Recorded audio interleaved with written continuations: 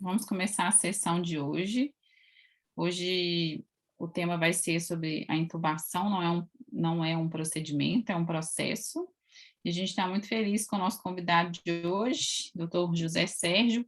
Vou deixar você se apresentar, Zé Sérgio, mas Zé Sérgio é do Odilon também, né, Zé Sérgio? Conta aí um pouquinho e obrigada, viu, pela presença aí hoje. Bom, pessoal, boa noite. Eu que agradeço aí o convite. É sempre muito bom poder discutir com vocês aí novamente. Então, assim, para quem não me conhece, meu nome é José Sérgio, já atuo aí na emergência aí já tem 15 anos e desde 2018 eu consegui me titular pela Abramed como emergencista. E nos últimos 4 anos estou atuando exclusivamente no pré-hospitalar, né, no SAMU de Belo Horizonte. Mas já trabalhei bons anos aí no Odilon. Já tem uns 5 anos que eu saí, já foi em 2017. Então vamos lá, pessoal. A ideia aí, então, desse título, né? Eu vou apresentar aqui uma síntese aqui de alguns resultados de especificamente 7 estudos aí que foram publicados nos últimos 2 anos e que tem relação com esse tema que eu coloquei aí, né? Não limitando a intubação a só um procedimento, né? Mas é um processo e é como eu tenho enxergado isso ultimamente, né? Cada vez mais, né? Anualmente aí vários estudos importantes são publicados. Isso tem nos auxiliado, né, a refinar o nosso processo de intubação. Né? É um pouco sobre isso aí que nós vamos conversar hoje.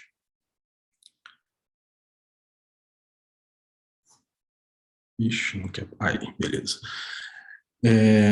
Bom, como todos vocês sabem e provavelmente já executaram, a técnica mais utilizada por nós na emergência é a intubação em sequência rápida, né? Onde a gente usa um agente indutor mais um bloqueador neuromuscular, né? Feito em sequência para que a gente tente minimizar os riscos de aspiração do paciente, porque a gente presume que esse paciente tem um estômago cheio. Essa aqui é uma sistematização do processo de intubação, né? Conhecida como 7 passos para a intubação. Vocês veem que só esses 7 passos já é um procedimento, né, um processo, melhor dizendo, bastante complexo. Para quem vê isso pela primeira vez, até tem um pouco de receio, né? Mas, na verdade, isso é só uma divisão de coisas que a gente faz simultaneamente para ajudar a organizar o nosso raciocínio e as nossas intervenções. Especificamente, aqui na apresentação, eu vou falar de 3 P's. O foco vai ser nesses 3 P's aí. Otimização para intubação, paralisia com indução, que, na verdade, eu vou focar mais na indução, e intubação propriamente dita, onde nós vamos falar sobre alguns dispositivos que podem nos auxiliar aí, no ato em si de colocar o tubo na glote.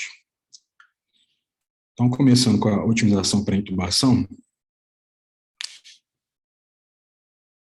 não dá para a gente falar de otimização para intubação sem lembrar ou relembrar esse conceito aí que acredito que boa parte de vocês conhece, se não conhece vai conhecer agora, que é da via aérea fisiologicamente difícil, né?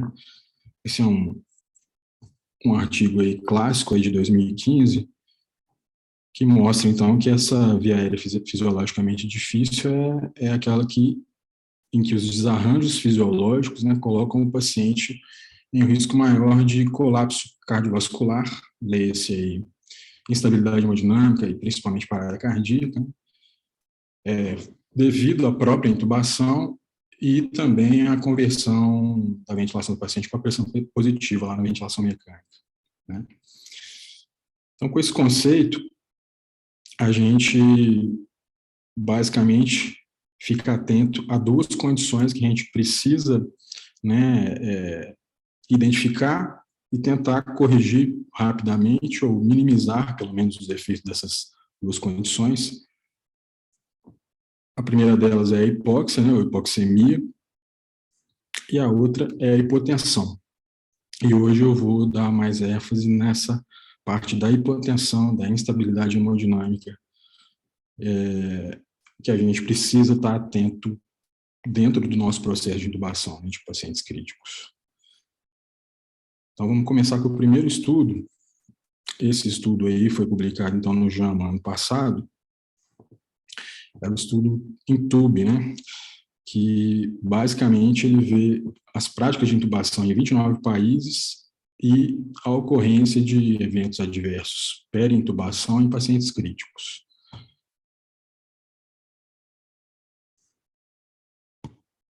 Então, o estudo ele foi um estudo multicêntrico, né? Foram 197 serviços em 29 países de 5 continentes. Eu gostei disso, né? Porque isso talvez traga um pouco da nossa realidade aqui no Brasil também. Então, é uma coorte prospectiva de adultos graves e intubados, né? Os cenários aí foram de UTI, emergência e enfermaria, de outubro de 2018 a agosto de 2019. Na análise final, então, foram quase 3 mil pacientes incluídos, e o desfecho primário era a incidência de eventos adversos maiores. Desses quase 3 mil, quase metade, aí, né, 45, um pouco mais de 45%, tiveram pelo menos um evento adverso maior peri-intubação. Esses eventos adversos maiores, ele nomeia da seguinte maneira aqui, ó.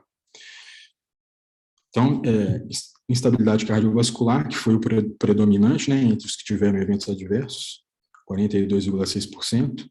A instabilidade cardiovascular, para ele, significaria uma pressão sistólica, o paciente apresentar uma pressão sistólica pelo menos uma vez, né, menor do que 65 milímetros de mercúrio, ou uma sistólica menor do que 90 por mais de 30 minutos, ou a necessidade de iniciar ou de aumentar vasopressores que já estavam em uso, né, ou ainda também fazer volume em bolos de pelo menos 15 ml por quilo.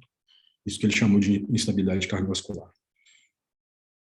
9,3% então tiveram hipoxemia grave, que ele considerou como uma saturação periférica de O2 menor do que 80%, e um pouco mais de 3% tiveram uma parada cardíaca aí associada à intubação. Um outro estudo também recente, esse já mais dentro da realidade dos Estados Unidos, esse estudo aqui que eu estou chamando de NEAR, né? Na verdade, o NEAR é o nome do registro, é um registro de via aérea, né? Que 25 hospitais... Opa! Desculpa aí, gente. Perdeu aqui para mim, para vocês perdeu ou não? Não, tá no... Não, talvez tá seja normal? travado. Talvez seja travado aí. Vocês estão vendo a tela do NEAR, Sim, determinar a incidência determinar a incidência de parada cardíaca, beleza. Então, continuando aí, então, esse estudo, né, a ideia dele, então, determinar a incidência de parada cardíaca peri-intubação através das análises desse registro, né. Deixa eu passar para a próxima aqui que vai ficar melhor de entender. Então, o registro NIA, como eu falei, é uma análise desses dados, então, desse registro. Esse registro, ele é feito em 25 hospitais dos Estados Unidos, dentre esses hospitais são hospitais tanto universitários quanto hospitais normais, né, gerais. Então, os pacientes graves foram intubados, né, nos departamentos de emergência desses hospitais. Essa análise compreende aí a janeiro de 2016 a dezembro de 2018. E o desfecho primário, então, é parada cardíaca peri-intubação. Foram mais de 15 mil pacientes incluídos e 1% deles apresentou a PCR peri-intubação. Parece pouco, né? Tanto esse número quanto o outro número do INTUBE, que é 3%, mas é tudo que a gente não quer, né? Que esses pacientes parem durante a intubação, porque a mortalidade deles vai lá para cima. Uma coisa que ficou bem evidente aqui, que os pacientes que tiveram maior probabilidade de ter a PCR peri-intubação nesse estudo, é justamente os que apresentaram hipotensão pré-intubação, que, no critério dele, foi uma sistólica menor do que 100. Outras variáveis aqui também que aumentaram a chance de PCR foram a hipóxia, saturação menor do que 90, e o que ele chamou de intubação imediata, sem um tempo adequado para preparar, para fazer tudo da maneira que a gente sempre prefere fazer, né? Então, o estudo aumentou aí a probabilidade de PCR perintubação. Então, gente, mostrando os resultados desses dois estudos, a primeira mensagem que eu quero trazer para vocês aqui é a gente tentar identificar e se antecipar, né, nesses pacientes que podem evoluir com hipotensão ou mesmo que estejam com hipotensão pré-intubação, né? É muito importante a gente identificar isso. E nem sempre é fácil a gente fazer isso ali à beira do leito, né, ou dentro da ambulância. Uma ferramenta que ajuda, né, claro que ela não, isoladamente aí, ela não define nada, mas ela ajuda na sua tomada de decisão, é esse índice de choque, né, que em inglês o pessoal fala shock index, né, que é uma razão entre a frequência cardíaca e a pressão sistólica. Se ela der maior ou igual a 0,8, tem grande chance desse paciente estar num estado de choque, né, ou evoluir para isso durante ou após a intubação. Então, é uma boa ferramenta para ligar o nosso alerta, para a gente se antecipar. E se antecipar, o que eu digo, mesmo o paciente que não está ali evidentemente hipotenso, né, mas que se ele tiver um choque índice maior do que 0,8, você já pensar em antecipar a correção dessa hipotensão com vasopressores, por exemplo. Então, a outra mensagem que eu quero dizer para vocês é corrigir a hipotensão pré-intubação. Isso é fundamental. Acho que isso é até meio intuitivo, né? E eu vejo que a gente, ao longo dos últimos anos, a gente tem melhorado muito isso, né? Assim como a gente melhorou muito a parte da pré-oxigenação, que nós vamos conversar muito hoje, mas, né, essa questão da hipotensão pré-intubação parece que já está mais introjetada na cabeça das pessoas que fazem intubação, né, de emergência. E aí, aqui, infelizmente, eu não vou conseguir me aprofundar muito, porque a apresentação já ficou relativamente grande, mas eu já estou entendendo que a gente tanto corrigir, ou se o paciente tiver um choque índice maior lá do que 0,8, a gente já se antecipar e ligar esse o vasopressor, assim, na minha concepção, aqui no meu entendimento, a gente já tem que usar vasopressor. Aí pode ser em bolos, pode ser na bomba de fusão, que é o que eu prefiro, até pela minha logística lá do meu trabalho. Não me parece que volume está ajudando muito, até porque, pelo menos na minha realidade lá, a gente tentar descobrir quem que vai responder a volume ou não é algo que é complexo, que pelo menos para mim, no pré-hospitalar, é difícil de fazer. Na verdade, eu sempre achei isso difícil, mesmo quando eu trabalhava no hospital, né? E aí, só para citar aqui, depois a gente pode até discutir, e alguém, de repente, vocês até já discutiram sobre esses estudos, tem 2 estudos que são relativamente recentes, né? Eles chamam, os estudos chamam PREPARE, né? Tem o 1 e o 2. O 1 foi publicado em 2020, o 2 foi publicado agora, recentemente, foi mês passado, ou retrasado, mostrando que a ideia é você fazer o bolo de volume lá antes de intubar o paciente, e parece que isso não fez muita diferença em termos de hipotensão peri e pós-intubação. Eu confesso que eu não li esses estudos, vi só uma coisa meio en passant, até no UpToDate tem uma recomendação nova sobre isso, mas mesmo mais desses estudos, o meu entendimento aqui é que a gente tem que ligar o vasopressor precocemente nesses pacientes que a gente consegue identificar, né, ou que o nosso feeling ali diz que ele pode piorar aí a parte hemodinâmica durante ou após a nossa intubação. Lembrando que a gente, né, boa parte de nós aí já sabe, quem não sabe ainda fica sabendo agora, que essa hipotensão, tanto peri quanto pós-intubação, aumenta as taxas de mortalidade do paciente, por isso que a gente tem que ficar obcecado em que nosso paciente não estabilize por causa do procedimento. Passando então agora para para o outro P aqui de paralisia com indução, e o foco vai ser na indução. Quando a gente fala de indutores na intubação em sequência rápida na emergência, né, assim, eu acredito que, eu não tenho dúvida, e acredito que boa parte de vocês aí também não tem mais dúvida, nós estamos falando de ketamina e etomidato. Não há espaço mais para outras drogas, pelo menos na grande maioria das vezes, né? E aí, então, a nossa discussão vai ter que ser em cima dessas duas drogas. E aí, em 2020, saíram 2 estudos, vou mostrar o primeiro deles aqui, que também tem a ver com o registro NIR, eu estou chamando de NIR 1 aqui, né, que é uma comparação aí de ketamina com etomidato relacionada aí com hipotensão peri-intubação. O desfecho primário, então, era isso, hipotensão peri-intubação, que ele considerou pressão sistólica menor do que 100, né? Então, ele pegou lá do registro, né, daquela análise um pouco mais de 700 pacientes no grupo ketamina, um pouco mais de 6.000 pacientes no grupo etomidato, né? E aí, essa diferença aí de hipotensão e peri-intubação que ocorreu no grupo ketamina, eles consideraram uma diferença significativa. Eu não vou mostrar aqui, mas tem outras análises lá de estatísticas mostrando uma associação maior de hipotensão peri-intubação com quem usou ketamina. E aí os autores mencionaram na conclusão que, a depender dos dados que ainda não existem, os resultados deles sugeriam que não se deveria priorizar a ketamina em detrimento do etomidato baseado apenas com relação ao comprometimento hemodinâmico, né?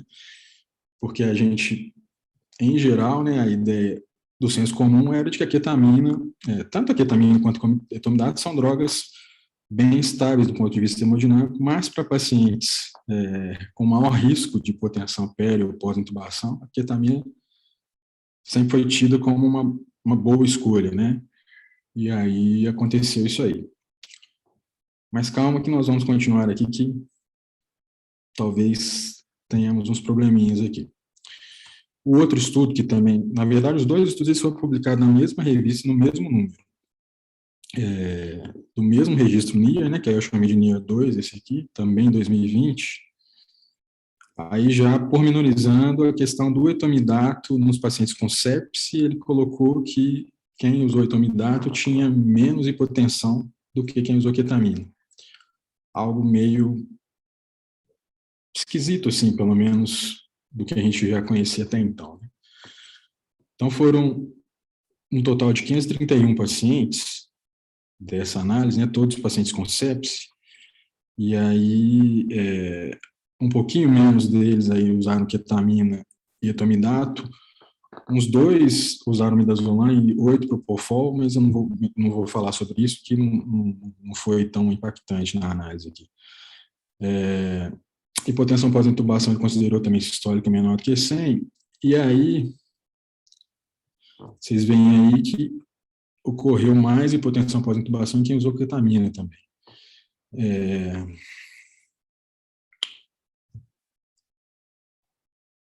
Eles falaram, então, que houve uma associação, né, também nas outras análises, que eu não estou mostrando aqui, só para a gente economizar no slide aqui, uma maior ocorrência de hipotensão pós-intubação, né, com ketamina do que com etomidato, até quando você faz aquelas análises de score de propensão, que é para tentar minimizar fator de confusão em estudos observacionais, né? E os autores também mencionaram na conclusão, então, que futuros estudos são necessários para determinar qual que é o agente indutor ideal em pacientes com sepse. Aí, gente, assim, esses 2 estudos, eu não sei para vocês aí, né, mas para mim, e eu tenho visto outras pessoas discutindo isso aí nos fóruns online aí, né, ficou um negócio meio esquisito, assim, né, que é igual isso aí, 1 mais 1 igual a 3, não é, né? Então, os dados são de registro, né? esse registro NIR, ele é importantíssimo, vocês já devem ter discutido, eles têm publicado muitos artigos com base nesses registros, são informações bastante importantes, né? São 25 hospitais, o dado é consistente, só que é registro, né? É observação, tem risco de viés, fator de confusão, né? Que podem nos levar a interpretações equivocadas. E aí, eu nem sei se eu não pensei não pensei de falar isso, não, mas eu vou falar, não tem problema, não tem nenhum conflito de interesse, né? Eu não sei se a gente pode falar até em viés de publicação, porque o pesquisador principal desse registro NIR, ele é um dos autores do capítulo de intubação em sequência rápida no UpToDate. E aí, é engraçado porque esses estudos, eles entraram lá nas referências e até como aquele What's New, né, na época, batendo bem forte nessa questão da ketamina como um hipotensor maior do que o etomidato e tal, e de fato, assim, com esses dados, é difícil a gente concluir isso, né? E aí os estudos futuros que precisam ter, na verdade, já tem. E eu vou mostrar eles aqui para vocês. Um é até mais antigo, e eu lembro que a gente já discutiu ele aí no Odilon, que ele é de 2009. Eu lembro que foi logo quando eu comecei a trabalhar aí, rolou a discussão desse estudo aqui, que é o estudo KETA-SED, que é um estudo randomizado, né? Já melhora aí a parte metodológica para a gente, né? Ele comparou os dois indutores em pacientes que foram intubados na França. Foram intubados tanto pelo SAMU francês, no pré-hospitalar, quanto nos departamentos de emergência. Aí, ó, foi um total de 469 pacientes aí que foram incluídos nessa análise aí, dos pacientes randomizados. E as doses são doses até generosas, aí, né, tanto da ketamina quanto do etomidato. O desfecho primário deles era esse score SOFA, né, que é um score usado muito em UTI, que vai medir aí as disfunções orgânicas, e aí ele varia de 0 a 24, quanto, né, maior ele aí, maior a chance do paciente morrer, né, porque você vai aumentando o número de disfunções orgânicas dos pacientes críticos. E aí não teve diferença, né? O score máximo nos 3 primeiros dias na UTI, tanto para quem usou ketamina quanto etomidato, nessas doses cheias aí, não teve diferença. Em relação à hipotensão peri e pós-intubação, também não houve diferença entre os grupos, e também PCR peri-intubação também não teve diferença, não, quando você olha lá nos fechos secundários lá. Então, só para voltar aqui antes de passar para o outro, vamos dizer que é muito mais confiável os resultados desse estudo KETA-SED do que aqueles que foram publicados em 2020 lá pelo registro NIR. A gente consegue concluir aqui, de certa forma, que a ketamina e o etomidato eles são basicamente equivalentes num paciente crítico, sobretudo com relação a essa questão de hipotensão peri e pós, né? No fim das contas, está mostrando aqui que os pacientes, eu não coloquei a mortalidade aqui, mas a mortalidade foi semelhante, né? Que os pacientes eles vão ficar graves de maneira semelhante, independente de qualquer droga que usar, né? Então, não dá para a gente concluir muita coisa com aqueles outros dois que eu mostrei para vocês. E esse aqui é mais recente, é o EVK, foi publicado esse ano. 791 pacientes, também, né, estudo randomizado, adultos. As doses variavam, né, a ketamina de 1 a 2 mg por quilo, etomidato 0,2 a 0,3 mg por quilo. E aqui é uma diferença que, na verdade, era um serviço que eu gostaria muito de ter, assim, se existisse isso. Era num grande hospital lá nos Estados Unidos, né, hospital acadêmico, universitário, em que os procedimentos, eles não deixaram claro aonde que foram os locais, se foi enfermaria, UTI, ou departamento de emergência, eu entendi que parece que foi no hospital como um todo, talvez não no departamento de emergência, né, mas era uma equipe de via aérea composta por anestesiologistas. Eles só iam lá e faziam o procedimento, eles não acompanhavam o paciente depois. Né? E aí, esse gráfico está lá no artigo, o desfecho primário era sobrevida no 7º dia após a intubação. Vocês veem aí no gráfico que, por volta do 7º dia, quem usou ketamina sobreviveu mais do que quem usou etomidato. Foi 85% contra 77%. Mas aí já no 28º dia, essa diferença não existia mais, né? 66%, quase 67% de sobrevida, na verdade, para quem usou ketamina e 64% etomidato. Também, em termos de hipotensão peri e pós-intubação, não houve diferença entre esses grupos. E aí, a gente sempre se pergunta, né? E aí, qual que eu vou usar? Como que eu vou usar? Assim, tanto com o Ketaced e com esse CVK aí, eu acho que a gente está um ponto pacificado, assim. Acho que dá para usar os dois. Felizmente, né, a gente tem essas drogas disponíveis aqui na nossa realidade. Então, ketamina não é ketamina versus etomidato, é ketamina ou etomidato ou ketamina. Escolha, né, o que você tiver. Às vezes tem realidade que só vai ter um ou outro. Né? E aí, principalmente, considerando o que a gente falou anteriormente sobre hipotensão pré, peri e pós-intubação, na menor dose possível, principalmente nesses pacientes que você identifica que eles podem ficar hipotensos, ou já estão hipotensos para a intubação, que você vai ter que ligar o vasopressor, faça na menor dose possível. Então, ketamina é a menor dose aí, 1 miligrama por quilo, às vezes pode até ser um pouco menos, de meio miligrama por quilo, né? 1 miligrama por quilo, porque a gente sabe, e aí eu já vou colocar como opinião de especialista, não só a minha, mas existem outros emergencistas aí mundo afora que falam isso também, e acredito que, né, quem intuba aí já viu isso, é opinião, né? É anedótico, mas acontece. Se você faz aí tanto etomidato na dose cheia, 0,3, aí no caso a menor possível, você vai tentar diminuir isso para 0,2, 0,15, né? Ou a ketamina, faz 2 miligramas por quilo cheio, mesmo o paciente que está tudo bem, que você não acha que ele não está hipotenso antes da intubação, você acha que ele não vai evoluir para isso, a gente sempre vê pacientes tendo uma hipotensão transitória. E aí, o grande problema é esse. A gente não sabe se essa transitoriedade da hipotensão pós-intubação pode piorar mais ainda o paciente. Né? Por isso que a gente não pode arriscar muito com isso. Então, principalmente nesses pacientes que já estão hipotensos ou com risco maior de evoluir com hipotensão, a gente vai fazer a menor dose possível. Tá?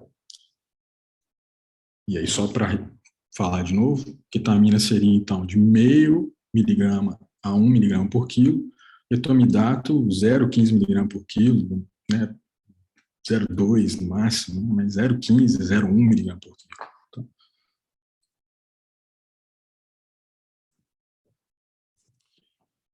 Passando então agora para o terceiro P, da intubação propriamente dita, né?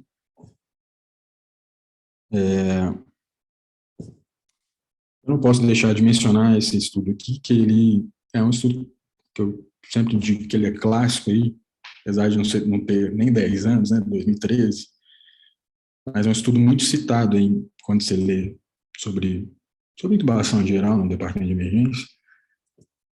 É um estudo que mostra uma análise retrospectiva de 1.828 intubações num departamento de emergência acadêmica nos Estados Unidos. É um período de 4 anos analisados lá. E aí, o objetivo era mostrar uma associação entre o número de tentativas de intubação e a incidência de eventos adversos durante a execução dos procedimentos. Né? Essa tabelinha resume o estudo aí. E vocês veem aí que à medida que vai aumentando o número de tentativas, aumenta também a incidência de eventos adversos. E aí a associação que foi feita aí com as análises estatísticas é que mais de uma tentativa foi um preditor significativo de um ou mais eventos adversos, né? E aí vocês veem que tudo que eu falei anteriormente tem um link com isso tudo aqui, né? E aí a gente precisa, então, também colocar na nossa cabeça, quando a gente vai entubar alguém, de que a gente quer entubar essa pessoa, esse paciente crítico, né, na primeira tentativa. Isso tem que ser quase que uma obsessão para a gente, né? E aí, como é que nós vamos fazer isso? A gente tem alguns dispositivos que podem nos ajudar a aumentar essa chance de entubar na primeira tentativa.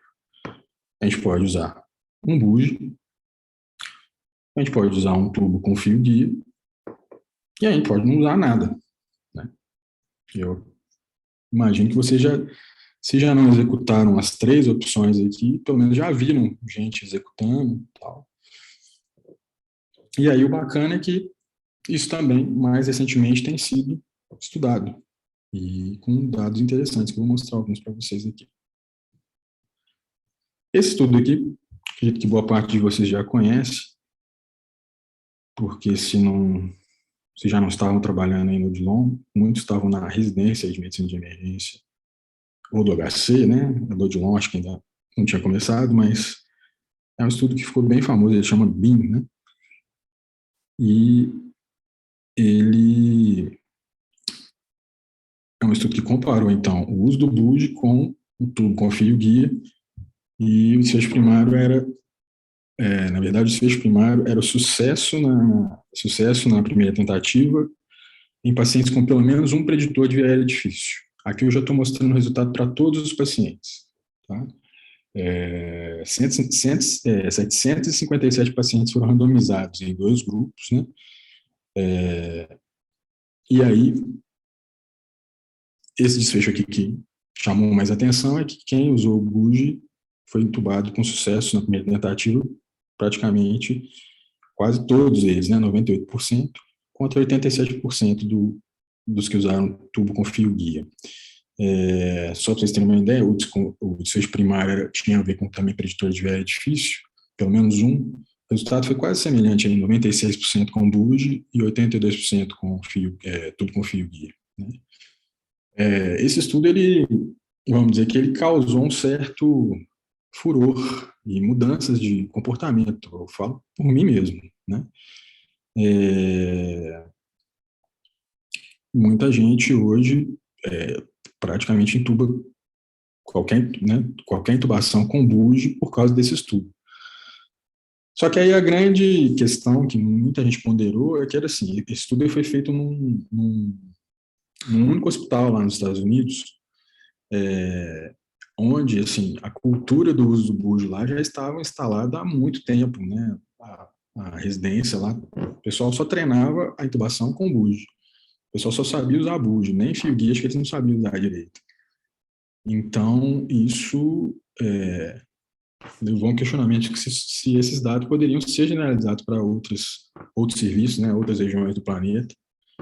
E aí, a partir daí, eles fizeram esse outro estudo que foi publicado ano passado, que é o BUG, né, BUG Trial. Esse teve um pouquinho mais de pacientes randomizados, 1.102, e aí as intubações ocorreram em 7 departamentos de emergência e 8 UTIs, também lá nos Estados Unidos. Então já foi mais multicêntrico, né? O sucesso aí, então, não foi tão grande, mas não houve diferença entre os grupos, né? 80,4% no grupo de pacientes que usou BUG e 83% no grupo de pacientes que usou tubo com fio guia. Aí o pessoal ficou meio assim, putz, então já era, né, o BIM Trial lá. Vendo algumas discussões aí também nos fóruns online, aí nos podcasts, eu concordo com as análises que foram feitas, que não dá para desconsiderar nenhum nem outro. Assim, como esse estudo que foi mais multicêntrico e tinha serviço que, pelo que deu a entender, não, as pessoas não tinham tanta prática de usar o BUD, o que esse estudo trouxe para a gente é que você deve conhecer as duas técnicas, né? Ou melhor, os dois dispositivos, os dois adjuntos na intubação, saber utilizá-los, mas que tanto um quanto o outro, e principalmente o BUD, né, depende muito mais da sua prática mesmo, né? Usar o BUD demanda mesmo ali, fazer um hands-on mesmo ali, o movimento, entender a coisa acontecendo, né? Não é só ter um vídeo, né? Não adianta. Então, acho que não vamos mudar a nossa prática. Não dá para também falar assim, tá vendo, o BUD não serve para nada. Não. Alto lá, vamos interpretar isso com calma, né? Entendendo sempre que a ideia é entomar na primeira tentativa, porque a gente já sabe os benefícios para isso, né? Bom, além do BUD Trial, ano passado também saiu esse aqui, que é o estileto.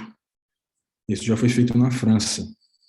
Foram praticamente quase 1.000 pacientes e randomizados em 32 UTIs na França.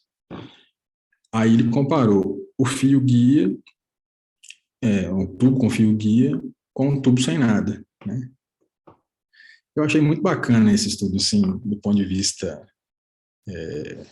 como que eu vou dizer? Eu fiquei lembrando das vezes, né, desse tempo que eu estou trabalhando e tal, e aí a gente via gente entubando com guia, a gente entubando sem guia, cada um falava uma coisa, e é legal que tenha um estudo assim, né, para pelo menos sistematizar alguma coisa, né, para a gente não falar as coisas meio só da nossa cabeça, né. O sucesso aí foi relativamente ruim, né, 78 para o grupo que usou o tubo com fio guia, 71% para o grupo que não usou, mas a diferença foi significativa, né, para quem usou fio guia, em termos de sucesso na primeira tentativa. A mensagem final, então, que fica, use o BUD ou o tubo com fio guia. E a minha preferência é o BUD mesmo, né? Aí vai ficar a seu critério, mas acho que tem que conhecer os dois. Assim, pelo menos na nossa realidade aqui em Belo Horizonte, eu acho que é difícil não ter o BUD, assim, e também hoje está mais barato, até você pode adquirir um, né? Então, isso, e aí, o contrário, né, eu não sei como é que está indo de longe, mas lá no SAMU, os fios guias que a gente tem são bem ruins, a não ser que você não tenha familiaridade mesmo com o BUD, né, mas eu prefiro o BUD.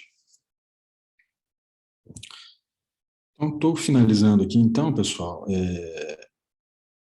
como eu falei, então, né, eu trouxe esses 3 P's para a gente discutir um pouco aí, sintetizei bem, né, para não tomar muito tempo, mas aí eu quis colocar essas engrenagens aí para simbolizar esse processo que eu falei, né, que às vezes, principalmente quando a gente está começando, a gente foca demais só em querer entubar mesmo, querer passar o tubo só e pronto, mas tem muita coisa que envolve e compreender tudo isso, né, é muito importante, assim, e para resumir, então, identifica, né, usa o índice de choque lá para tentar identificar pacientes potenciais, com potenciais chances de hipotensão, antecipe-se, corrija a hipotensão pré-intubação, e aí é com vasopressor, né.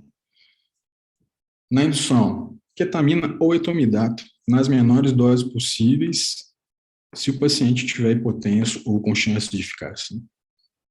E, quando você for entubar, use o BUD ou um tubo com fio guia para aumentar as chances de entubar na primeira tentativa, né? A intubação não é um procedimento, é um processo. Tá? Obrigado aí pela atenção de vocês.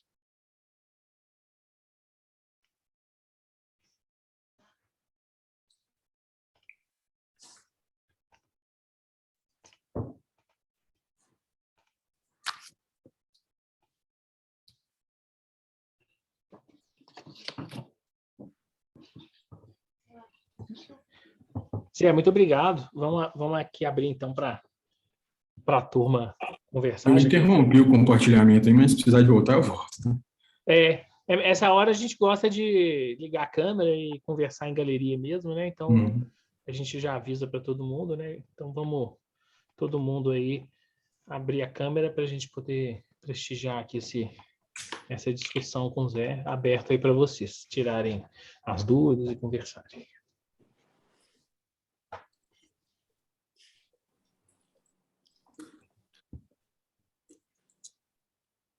Ô Zé, Fala, Bernardo. beleza, cara? Joia, cara. Parabéns aí pela aula, viu?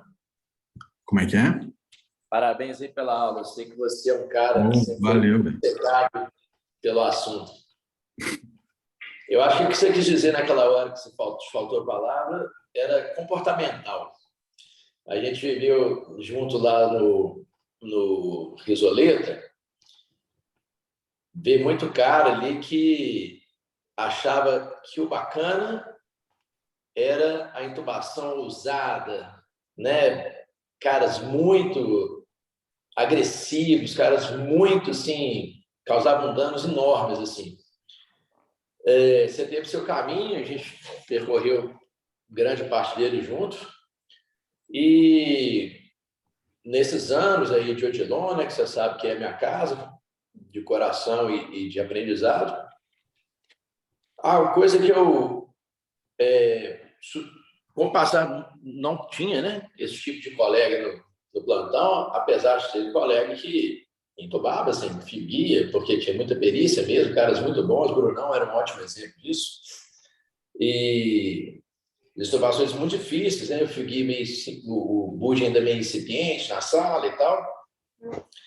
Mas nos últimos 2 anos, 3 anos, a conclusão que eu chego, assim, que bate um pouco com a sua aula é que, e muito coisas que eu já escutei do Léo, né, especificamente, que não interessa qual intubação que a gente vai fazer, se ela tem ou não um preditor, né? A intubação ela sempre está sujeita a alguma surpresa mesmo.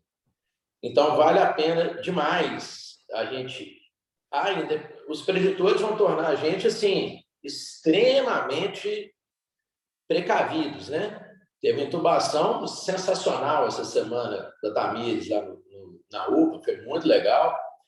Tamires é muito boa nisso, já teve outros casos dela, e ela fez uma rampa extraordinária, assim, junto com a turma lá. Foi uma intubação que deve ter sido marcante.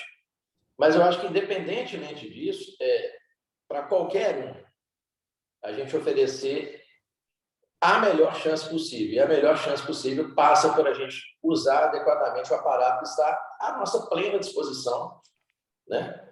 Então, lá a gente tem um checklist, lá, né? Ou seja, não sei se você chegou a conhecer o checklist.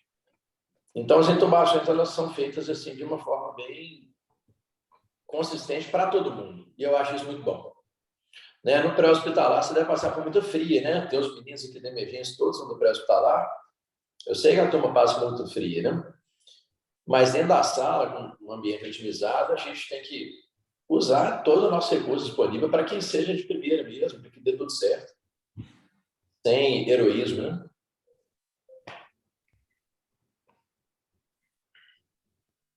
Sim, com certeza.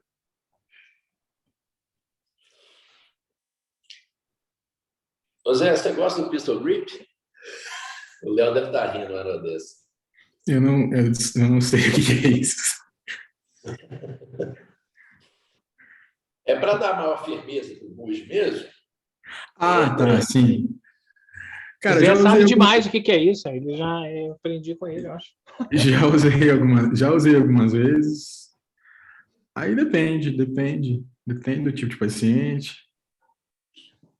Se é vamos pôr assim, né? Se é um paciente comatoso, está sendo entubado por coma, eu acho melhor de usar esse, assim, né? Agora, aquele que você precisa mesmo, aí eu prefiro ir a 4 mãos com o bujo mesmo. Mas também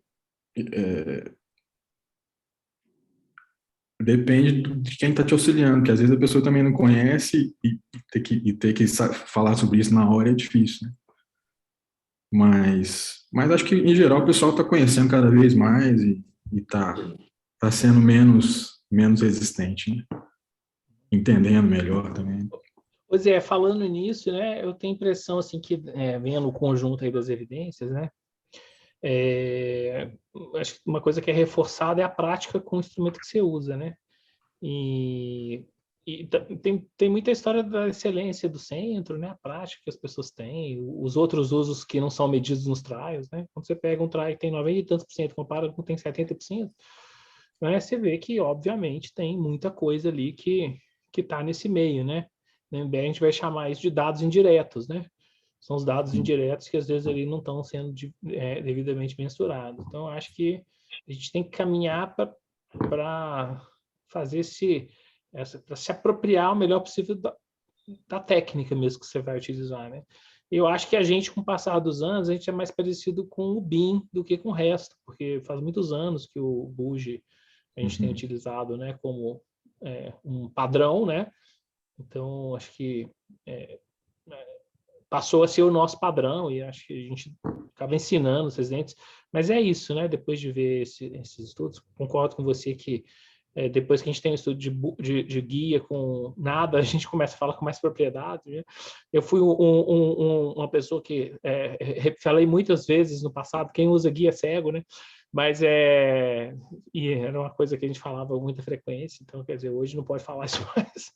Apesar de que o guia, ele é o estilete, né, fora daqui, né, e o nosso guia não, né, o nosso guia é uma bengala que você enfia dentro do tubo, e aquele trem ali, eu não acho que dá para a gente comparar eu acho que ele está numa comparação, a grosso modo, ele é muito pior comparado com o guia, com o estilete original, do que os nossos budes de cabo de eletricista eram em relação ao bud. Provavelmente. Então, eles são, né, para mim, eles são instrumentos realmente traumatizantes, né? Não para a gente, né? Então, fico achando que sem essa evidência, de novo, para não usar muito dado indireto, a gente tinha que, no mínimo, estar usando os estiletes aí mesmo, que são próprios para o processo, né? E não usar aí, né, essas coisas que a gente chama de guia. Mas é só fazer esse comentário, assim, né? Acho que essas evidências... Doida para comentar isso quando você perguntou, né? Os nossos guias são um desastre, pelo que eu sei, da unidade de emergência. Eles não são apropriados. Empaca no tubo, é o inferno. Então, assim, pela aula do Zé, só reforça o que a gente tem ensinado, né? Usar o buge. Não vejo por que não usar o buge na realidade da unidade de emergência do Odilon Berens. Acho que isso é isso que eu quis dizer, assim, né? A ideia de entender as evidências indiretas. Nós estamos falando aqui de uma coisa muito técnica, um pouco profunda, mas que dá para entender no dialeto do cotidiano, né? Vamos fazer o que a gente está acostumado, principalmente porque a gente é bom, né? E acho que nós somos bons uma equipe boa de entubar, né? Vamos dizer, um time treinado, e está muito familiarizado com o BUGE, é assim que a gente está ensinando o pessoal. E a gente, então, né, tem a prática, tem o BUGE adequado e não tem o guia adequado, né? E nem somos mais, vamos dizer assim, tão treinados em usar o guia como era no passado. Então, acho que a gente deve continuar ensinando isso. Claro que em algumas situações a gente vai poder usar, né? Mas vamos continuar aqui com a discussão, que nós temos um tempo bom para todo mundo participar.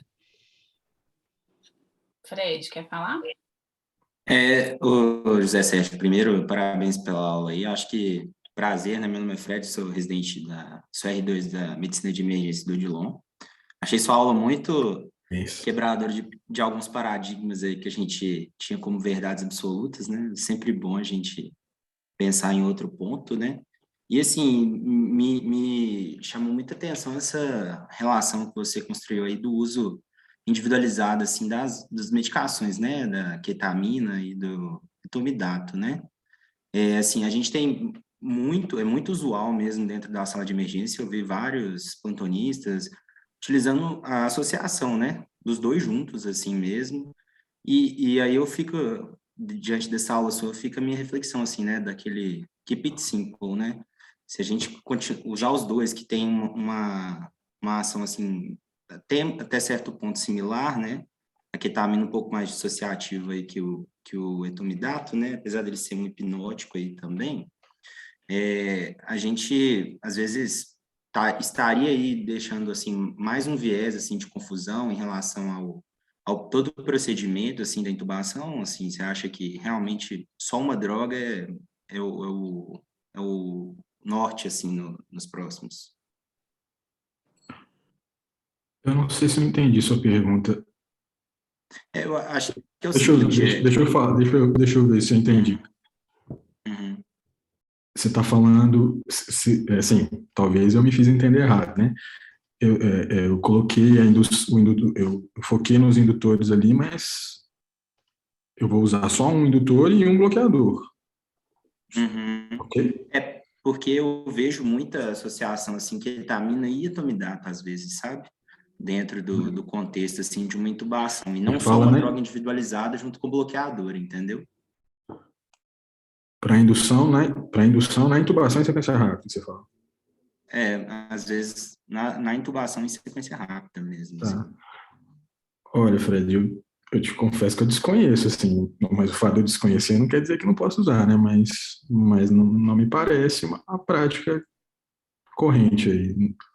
Ou então eu não estou entendendo sua pergunta, entendeu? Porque, assim, não vejo muito sentido usar dois indutores para depois bloquear, assim. É isso que você está querendo dizer?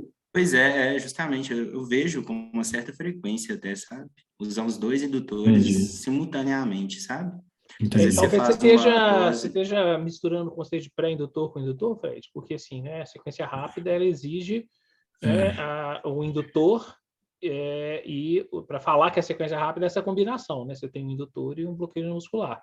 Você pode ter um pré-indutor. Se você Uma coisa é o quiser alguma. pré-tratamento, que também tem sido cada vez menos usado. Não sei se é disso que você está falando É, também. Mas, assim, vamos supor, você usar um pouquinho de etomidate, um pouquinho de ketamina para induzir o paciente, assim, eu particularmente nunca vi nada escrito sobre isso. Se tiver aí vamos discutir. Estou aberto, não tem problema não, entendeu? o Caio tá. Não tem problema, assim, né? Caio, a Estou Clarissa aberto à comentou. discussão, mas eu nunca vi nada sobre isso, assim, nem publicado, É, nem é, nada, entendeu? uhum, Então não tem nem como falar sobre isso, porque eu nunca uhum. vi nem publicado, nunca nem vi ninguém fazer assim também, né? Tudo bem que hoje eu atuo mais sozinho mesmo, né? Mas mesmo nos lugares que eu já trabalhei, Vamos ver, às vezes o Caio traz alguma coisa aí que às vezes eu tô falando diferente. Você quer falar aí, Caio? É, é, só complementar o Fred aqui, depois quero fazer uma consideração sobre a aula, mas acho que possivelmente o que pode ter vivenciado, não para sequência rápida, para sequência, intubação em sequência demorada, que a gente gostaria de um indutor que não tirasse drive, e aí sim tem associação no mesmo procedimento, ou processo, né, Zé? De ketamina e depois intubação com etomidato e bloqueador. Talvez fosse isso que o Fred viu aí. tá. Bom, também já li muito sobre sequência. Eu uso o termo, é porque essas traduções são uma porcaria, né? Desculpa. Eu uso intubação em sequência lenta, porque a sequência é do medicamento, né? Mas é coisa minha aqui, de transtorno obsessivo compulsivo. Cara, eu já li muito sobre isso. Confesso que eu nunca fiz. É igual o push 12 press, eu já li pra caramba também, mas eu nunca fiz, porque a minha realidade é muito ruim para fazer isso. Mas até onde eu sei, você, você vai usar uma droga só, e normalmente é ketamina mesmo, né?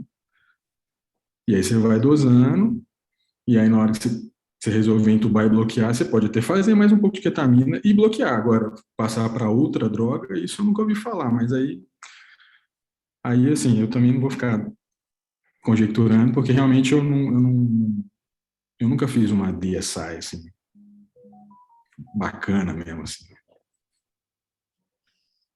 Eu acho que focar no conceito ajuda, viu, Fred? A sequência rápida, indutor, né, e bloqueio neuromuscular. Você tem o pré-indutor, que já foi muito clássico, muito usado, inclusive a ketamina já foi usada, a ketamina pela sua grande, pelo seu leque aí né, particularidades, ela já foi usada como pré-indutor. Então, né, essa combinação aí de usar ketamina já foi muito utilizada aí no pré-indutor, né? O uso clássico mesmo era ketamina como pré-indutora para paciente com hipertensão intracraniana, né? Então, a pré-indução com ketamina, depois o propofol, né? Hoje em dia a gente não, né? A gente está reduzindo um pouco mesmo, né? A tendência maior hoje é só indutor e bloqueio muscular. E aí a pré-indução fica muito particularizada, né? Talvez, assim, seja uma prática ainda que está muito, né? O hábito mesmo de prescrever, né? Porque quando eu fiz residência, nos primeiros anos, a gente era 3 drogas para tudo mesmo. A gente fazia, né? Acho que o Zé, quando estava com a gente, ainda era o padrão mesmo, né? A gente fazia pré-indução para quem não precisava.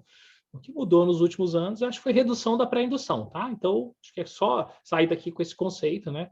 Eu acho que tem, não descarto cenários em que ainda você poderia ter essa ideia de pré-induzir. Eu também sou da opinião de que para fazer a sequência, cada um chama de um jeito, porque realmente eu chamo de sequência atrasada, né? Acho a ketamina duplamente mesmo, né? Prefiro usar a ketamina 2 vezes também. Se precisar, faço um reforço, mas também acho razoável, já que a sua ideia ali era a sequência lenta é você tentar atingir alguma coisa, mas a gente vai fugir aqui do foco, né? A gente começa a discutir um tema que a gente teve tanta oportunidade para discutir aqui hoje, né? Mas foi boa você perguntar, né? E eu acho que a essência é que a gente está enxugando, é uma tendência que cada vez mais a gente tem feito. E é o terror do anestesista, né, gente? Vamos combinar, né? Que isso, a gente já teve várias discussões, né, Nath? Quando vem um R2 da anestesia para fazer o estágio com a gente, eles ficam horrorizados, né? Você vai matar o paciente, não está fazendo fentanil e tudo mais. Porque a realidade deles é outro cenário de intubação e tudo, né? Eles já vêm com uma outra... Então, para a gente entender, os cenários são diferentes mesmo. Mas foi ótimo você ter levantado a lebre. Acho que a epidemia, a pandemia, né, deu muitas lições para a gente. E via aérea acabou sendo o tema mais recorrente aí. Um cenário que eu aprendi e gostei muito de fazer, de sair um pouco do viés cognitivo de sedação multimodal, né, que não chega a ser sedação, a indução multimodal, sou a favor. Quanto menos viés cognitivo na hora, melhor. Agora, imagina um paciente clássico do DSI que precisa pré-oxigenar, não consigo com dispositivos de pressão espontânea, e a ketamina não parece ser uma boa opção como em dose de indutor analgésico, pelo paciente que já está no estado hiperadrenérgico há muito tempo, que me parece muito que eu acho que ele possa já ter consumido catecolamina e vai chocar. Mas uma dose subdissociativa sem hyperdrive seria muito interessante para o paciente que não tolera pré-oxigenação na VNI. E aí sim, pré-oxigenei, sem não perder o drive, fiz uma dose baixa de ketamina, e aí sim aconteceu de eu gostar muito de entrar com outros hipnóticos, como etomidato, bloqueador, tubo. Pareceu ser uma boa associação, e realmente a gente não tem dados sobre isso. Mas na nossa vivência aí, fiz muita mesmo, sequência em intubação demorada, e gostei muito dessa estratégia aí. Mas realmente, falar o que é mais certo aqui, a gente está na área do fiz assim e gostei. Não, mas eu acho que é porque a gente volta nesse tema depois, né? Porque eu acho que é um pouco... É um outro cenário. De certa forma, você está usando a ketamina com uma finalidade essa mesma que você colocou, né? Você quer conseguir alguma coisa, né? Você quer conseguir alguma coisa antes de entubar. Que é a história e depois você vai para a preparação em si da sedação. Então, é outro cenário. Assim, não entra na discussão de hoje. Eu acho que ele só... Eu não quero que as pessoas saiam confundindo aqui as ideias, porque se a gente for discutir essa, de certa forma, a sequência prolongada aí, retardada, lenta, ela está mais próxima com uma pré-indução, né? E aí, o objetivo de pré-induzir é esse, né? Você conseguir otimizar a oxigenação, ou ventilação, troca ali, e aí, ou pressão positiva, né? A gente vai usar, mas eu acho que é tema para outro. Só não misturem as coisas, né? Para a gente não... Os conceitos, que são complexos e tudo, né? Eu não quero que os meninos que estão vendo essa aula hoje saiam com um conceito assim, meio misturado.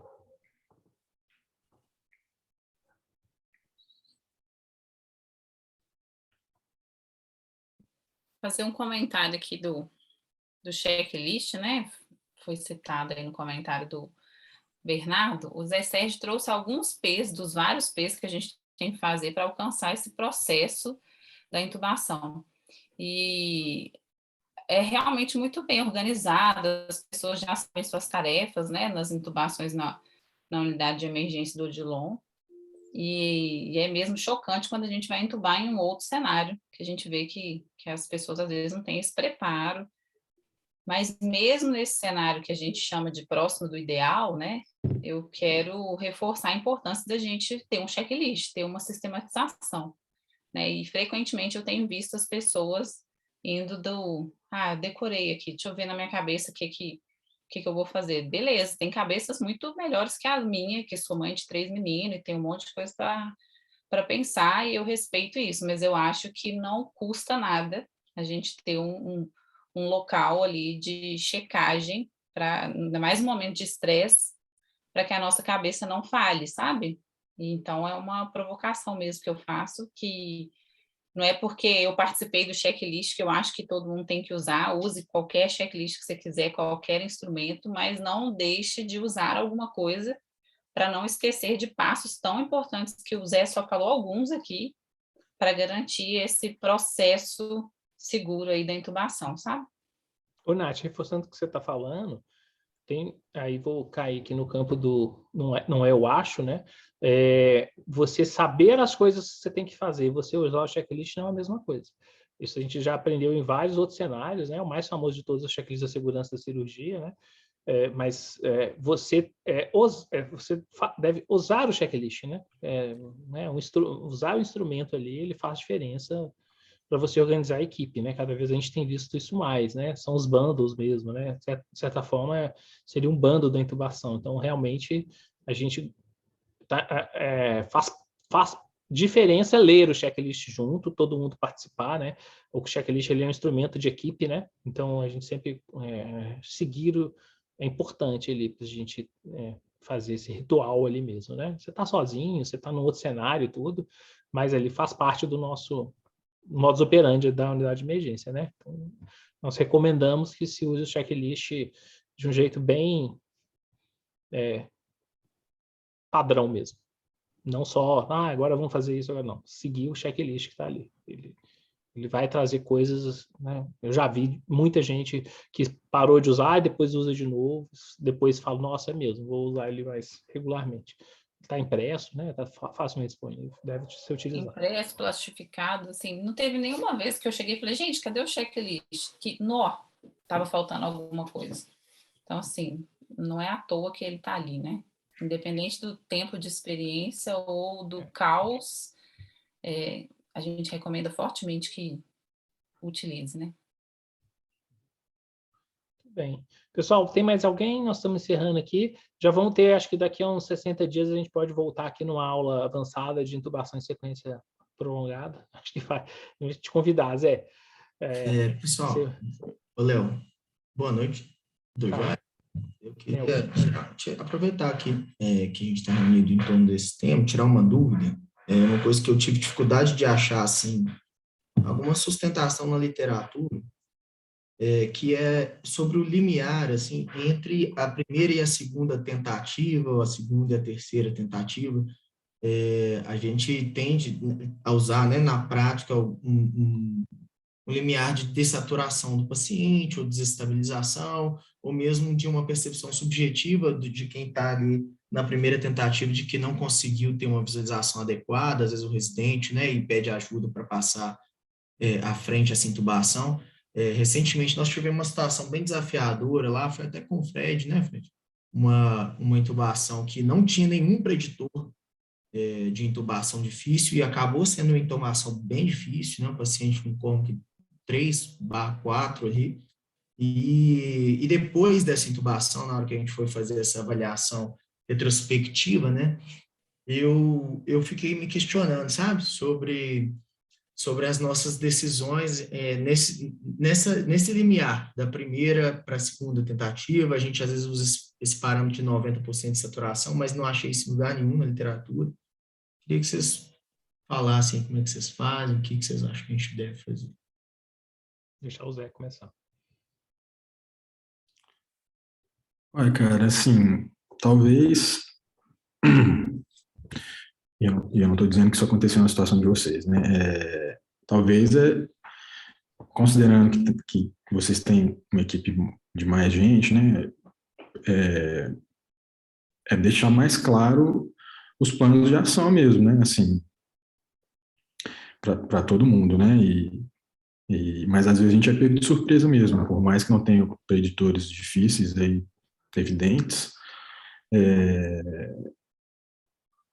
mas se você faz os planos, né, aí assim, eu estou entendendo que aí, por exemplo, que aí no Odilon, o plano A aí já é entubar com o BUG de primeiro, né, na maioria das vezes aí, vamos dizer, né.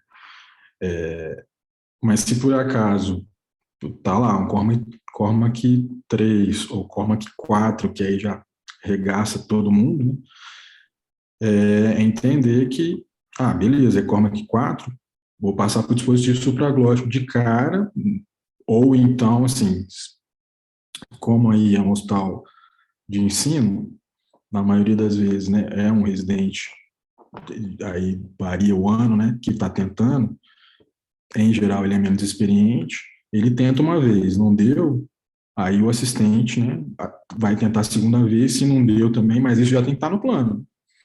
Se não deu, aí já passa para dispositivo supraglótico ou até crico, chegar na crico lá, se for o caso, né? Mas isso já tem que estar, como diz aí, né, tem que estar brifado com a equipe antes, né? Em relação assim, ao plano, né, plano B... Agora, essa questão desse detalhe é momento mesmo, assim, não sei se a gente vai achar isso escrito, não. Se você conseguir se antecipar, é melhor, né? Agora, se você já viu na primeira tentativa lá que a casa está caindo, cara, já passa para o segundo. Eu já fiz isso, sim, por exemplo, em outras situações em que a primeira tentativa foi horrível e a segunda já era crico, não tinha mais o que fazer, nem máscara lá dava para passar o negócio. Mas, assim, aí isso é difícil mesmo da gente sistematizar para falar assim, se chegar nesse ponto, faça isso, faça aquilo, né? Tem que brifar antes. Eu acho que tem uma parte específica da sua pergunta, se é o tempo que a gente faz para a segunda tentativa, se a gente deve esperar um pouquinho ou não, né? Eu acho que a gente hoje já tem um pouquinho mais de evidência para nos guiar. Essa resposta objetiva não vai ter. A gente não tem muita coisa disso em medicina, mas a gente seguia demais por dado indireto. Dado indireto é muito bom, né? A gente precisa trabalhar com dado indireto. E o que a gente viu hoje? O Zé falou várias coisas aqui, talvez principalmente seja hipóxia e hipotensão. Então, quanto que você intuba, quanto que você faz a segunda tentativa? Quando você conseguiu assegurar que esse paciente voltou o mais rápido possível para uma condição ótima. Então, beleza, falhou a primeira vez, você vai, né, acoplar esse paciente no dispositivo que você está usando, melhorar a oxigenação dele de novo, e aí você vai tentar fazer isso o mais breve possível para atingir um patamar ótimo. O que significa? Que a gente não deve ter pressa nessa segunda tentativa, a menos que seja uma situação que você já previu que, né, você não vai conseguir, né, já estava ruim, você não vai conseguir atingir, de repente você tentar rápido, ele vai ser bom, mas você vai corrigir essas situações, né? Então, às vezes, você vai demorar ali uns minutos, e é aquela história, vamos imaginar que você está usando bolsa-máscara, né? Parou de subir a oxigenação ali, a hora que você atingiu, está subindo rápido. Aí agarrou no 94, no 95, não tá, aí bora lá e tentar de novo. Ou seja, a gente já tem bons dados para dizer que a gente deve tentar fazer essa nova tentativa quando a pressão e a saturação estiver boa. O que eu vejo errar, às vezes, faz a primeira ou a segunda tentativa e esquece de remedir os dados. Por exemplo, um paciente que não está com PA, né, não mede de novo a PA do paciente nesse cenário. Então, acho que isso que a gente tem que ter um pouquinho mais de atenção. Eu acho que isso a gente aprendeu nos últimos anos, né? Que dá para você ter um pouco de calma e, na nova tentativa, rever esses dois Hs aí principais, a da hipotensão e da hipóxia. Respondeu, Caio? Sim, parcialmente, sim, eu acho que essa questão dos planos B, C e D, eu acho que, como vocês já pontuaram lá, é muito claro para a gente, né? Muito bem estabelecido, e foi como a gente procedeu, etc. O que me traz um pouco de dúvida é assim, esse limiar, sabe, que parece que realmente é um pouco subjetivo e individualizado mesmo, de quando que a gente fala que, olha só, a primeira tentativa falhou. Entendeu? É claro. Caio, deixa eu te interromper um pouquinho, desculpa. Pode. Só para eu entender, porque assim, uma coisa as duas pessoas diferentes, uma pessoa faz a primeira, aí a outra vai fazer a segunda. Outra coisa é a mesma pessoa fazer a primeira e a segunda. Qual que era o contexto seu aí? Porque eu acho que isso faz diferença, entendeu? Claro, não. É que, geralmente, Zé, inclusive é até um padrão, assim, né? A primeira tentativa do residente de plantão é a segunda tentativa do plantonista. Sim. E nesse contexto até houve uma terceira tentativa do outro plantonista, que era mais do que nós dois. Mas, porque às vezes é uma questão de técnica mesmo, né? De fazer a laringoscopia, que às vezes a pessoa não tem tanto traquejo mesmo, ou às vezes está difícil mesmo. E aí, assim, ou você vai resgatar igual o Léo falou, e aí tem que ter paciência e sangue frio mesmo, porque é um horário que é crítico, né? Ou considerando o intervalo entre o residente e o assistente, se a saturação estiver ok, né? Se a pré-oxigenação rolou bem, é um paciente que favoreceu na pré-oxigenação, né? Porque se é um paciente que não favorece nem na pré-oxigenação, eu posso falar isso, porque agora eu não trabalho mais, não tem problema. Não deve ser o residente, quando eu né? trabalhava, Já vou te eu não adiantar. deixava o residente entubando os pacientes muito críticos, não. Porque, principalmente se fosse R1, assim, é complicado, eu acho. Não sei se essa postura ainda prevalece aí. Era algo que eu era meio crítico, assim, com todo respeito, né? Porque tem doente que a tentativa ou acabou, entendeu? Não, eu entendo o que você está colocando, assim, não foi o caso, nem é meu objetivo, assim, discutir o caso em si. No caso, inclusive... Agora, tem aqueles doentes que é doente comatoso, que você acha que vai ser super ok e vai... Aí cai aquela bomba daquela viária difícil na sua cabeça, que aí talvez você consegue ter um pouco mais... Tem que ter sangue frio mesmo, porque o problema é que a gente vai ficando ansioso. Isso é fato, com todos nós já aconteceu isso, né? Um não consegue, o outro não consegue. Aí a galera já começa a falar que a saturação está caindo. E isso aí acaba com todo mundo mesmo, né? Sim.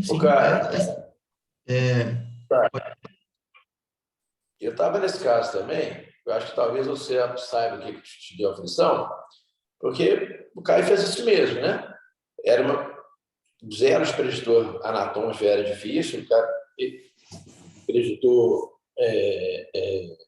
sem acidose também, sem choque, o paciente era rebaixamento sensório puramente. Então, era uma intubação super eletiva, super tranquila mesmo.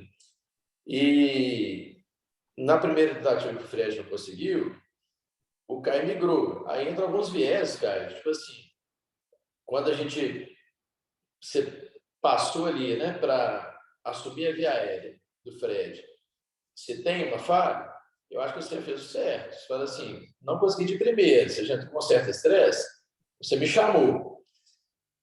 Para mim, o que era importante a partir daquele instante? E aquele paciente que estava normotenso e saturando 100%, ele não perdesse esses parâmetros. Então, a chance que ele tinha era para não ser retirado. Se vai ser 85 ou 90, a equipe pode até conversar antes. Eu simpatizo muito com 90, acho 85, a partir de 85, queda muito, muito rápida. Então, a partir de 90, o paciente que era francamente resgatável, era muito ok fazer o resgate ventilatório dele, como nos nossos índices, ele voltou a saturar super bem. Tanto que, no final das contas, é uma exposição a 4 mãos, e do Fred, que acabou entubando foi o próprio Fred, né? Mostra que vale a pena, assim, esse paciente manter a calma ali, conseguir retomar ele para um ponto ótimo, não vai desaturar de um segundo para o outro, como era o caso. Graças a Deus não era um paciente hipoxêmico, né? Senão seria uma fria maior.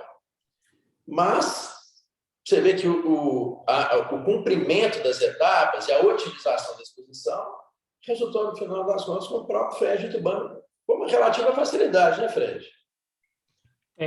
Gente, a hora está avançada, vamos encerrando. Só para reforçar aqui, porque a pergunta, não sei se ficou claro para todo mundo, mas eu aproveitar, nós estamos falando aqui de uma aula de intubação segura, né, que é um processo. Esse processo ele é um ciclo, ele repete. Então, o resgate ele deve ser feito. Você vai só julgar que às vezes não precisa de resgate, né? Então, aí cabe um pouquinho de jogo de cintura. Não, aqui não precisa resgatar, tá tudo ok, tudo bem. Mas não ter pressa nisso. Tem que hoje nós já, né, estamos trabalhando já com conjunto de evidência que a hipóxia, a hipotensão, principalmente, vão aumentar a mortalidade dos pacientes. Então, se a gente não deve entubar um paciente numa condição adversa que pode ser revertida. Tá bom? Então, saiam aqui com esse aprendizado. Se é uma condição adversa que pode ser revertida, deve ser revertida. Façam um resgate, com calma, tranquilidade e tudo mais.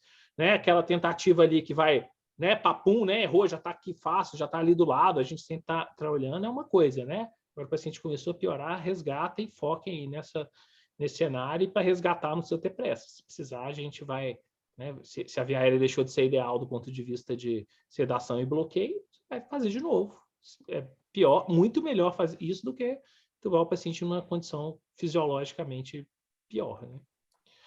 Ô Zé, muito obrigado, né, pela sua... Nath, pode ser que eu não... só falar que tem uma frase que marcou muito meu R3, que era: se eu vou deixar sem entubar, se você não conseguir expelir, eu vou te chutar daqui e vou entubar. Então tem hora que é necessário, só para descontar. Brunão, né? Embaixo.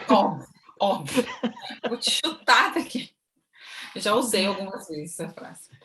Mas tá bom, obrigada, viu, Zé? Estamos com saudade de você. Eu agradeço. Deu bem saudade. A gente fica nostálgico, vai ficando velho, vai ficando cada vez mais nostálgico. Não, eu não. Tô ficando velho, não, mas tô com saudade também. Obrigada, Valeu, gente. Obrigado a você, gente. Uma boa noite. Valeu, Zé. Até mais.